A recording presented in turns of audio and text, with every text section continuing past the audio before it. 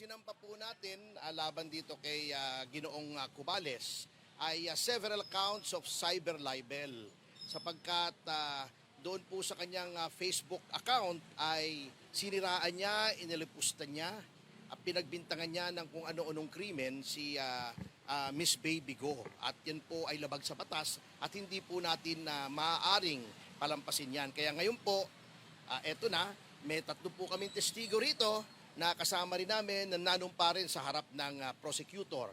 At umaasa po kami na mula sa araw na ito ay uusad na itong kasong ito para naman mabigyan ng katarungan si Miss Baby Go. Ngunit kung ang prosecutor ay sa tingin niya ay may probable cause upang isampa sa hukuman, ay masasampahan po siya ng kaso.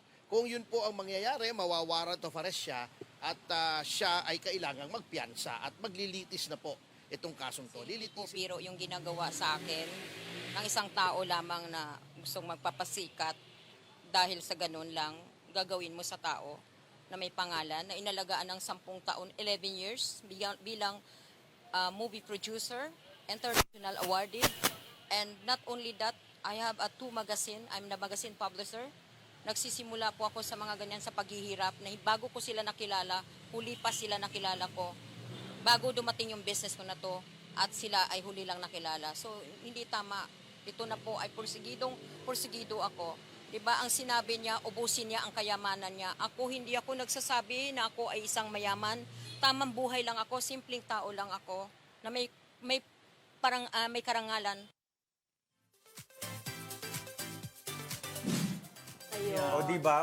Malungkot kasi alam mo si Madam Baby at saka yung partner, yung asawa ni Mark Cubales, ay dating mag-best friends, si Miss Madam Joyce. Joyce Pilarski, di ba? Yun ang nakakalungkot dun sa part na ngayon ay nauwi na sa demandahan. Diba? Pero ang wish ko sana maayos pa rin yan, ano? Pero alam mo, kung may mag-mediator lang dyan, for sure merong daan yan para magkaayos ang dalawa. Pero siyempre yung kapwa mainit pang bawat kampo di ba? Pabayaan lang muna natin. Let's kasi- wait and see. Pero sabi nga ni Kuya Roldan, nakakalungkot kasi pareho naman din nating Mga kaibigan At niyan. mahal natin pareho. At Yes. mahal natin pareho at hangad natin na sana ay madaan din naman sa usapan. Pero alam mo, binibiro ko si Madam at minsan talaga, kasi ayoko naman na iseryoso sa kanya lahat ng mga bagay. Kasi sabi ko, naku Madam, ngayon baka magkakasuhan kayo pero time will come, baka magsosyo na kayo sa paggawa ng pelikula. Tumawa lang si Madam.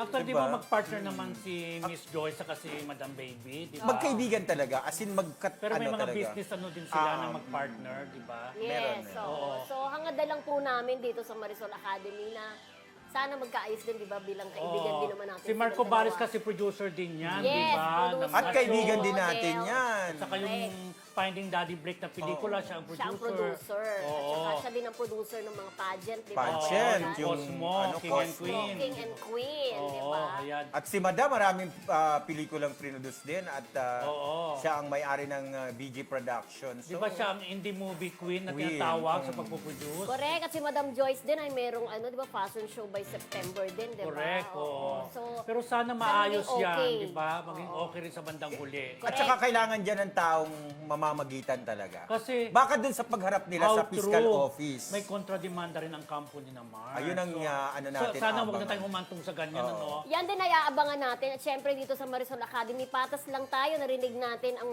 panig ni Madam Baby Go sa pagsampa nila ng Sana, kaso. sana. At syempre, hintayin din naman natin, di ba? Ang panig ni, Mark Mark. Actually, Cubales. nag-try akong para maging fair tayo, Fair, di ba? yes. Na yung panig ni Mark or pwede Yes. siyang ma-zoom interview ngayon. Oo. Pero sabi niya, try niya kasi nga nasa shoot siya para sa Parang kanilang meron silang Meron silang project. photoshoot yata. Oo, na event nasa malayo daw siya. Pero bukas ang ating programa para naman sa Open kampo na ni Mark open. Cubales. Yes. Yes, Kuya Roldan.